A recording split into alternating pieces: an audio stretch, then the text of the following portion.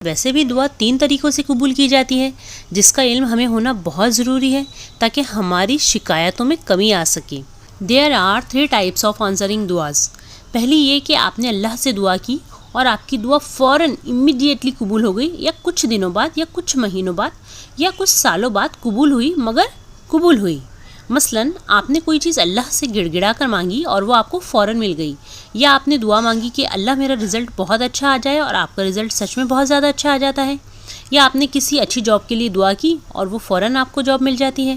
یا آپ نے کسی نیک انسان سے نکاح کی خواہش کی اور اللہ سے دعائیں مانگی اور آپ کا نکاح اسی انسان سے کر دیا جاتا ہے، بھلے کچھ وقت بعد، مگر آپ کی دعا ضرور قبول ہوتی ہے۔ یا آپ نے کسی بیماری سے شفا کے لیے اللہ سے دعا کی اور فوراً ہی آپ شفا یاب ہو جاتے ہو، یعنی جو آپ اللہ سے مانگ رہے ہو وہی آپ کو عطا کر دیا جاتا ہے، یعنی آپ اپنی دعاؤں کو اپنی آنکھوں سے قبول ہوتا دیکھتے ہیں، ہے نا؟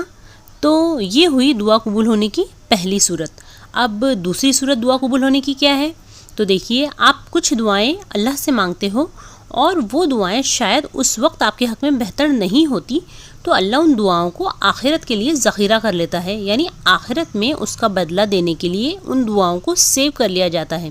یعنی آپ کی دعائیں رد نہیں ہوئی، ریجیکٹ نہیں ہوئی، بلکہ آخرت کے لیے سنبھال کر اسٹاک کر کے رکھ دی گئی ہیں، یعنی جب آپ آخرت میں اللہ کے پاس جاؤ گے تب ان دعاؤں کا بہترین بدلہ آپ کو دیا جائے گا۔ اب دعا قبول ہونے کی تیسری صورت کیا ہے؟ تو دیکھیے، آپ نے دعائیں کی، ان میں سے کچھ دعائیں قبول ہو گئی، کچھ کو اللہ نے آخرت کے لیے سنبھال کر رکھ دیا، اور کچھ دعاؤں کے بدلے آپ پر آنے والی مصیبتیں ٹال دی گئیں، یعنی آپ نے اللہ سے کسی چیز کو پانے کے لیے دعائیں کی، بٹ شاید وہ آپ کے حق میں بہتر نہیں تھی، تو اللہ اس کے بدلے آپ پر آنے والی مصیبتیں ٹال دیتا ہے۔ مثلاً اگر آپ کا ایکسیڈنٹ ہونے والا تھا، یا آپ کو کوئی بڑی بیماری ہونے والی تھی، یا آپ کا رزق بالکل بند ہونے والا تھا،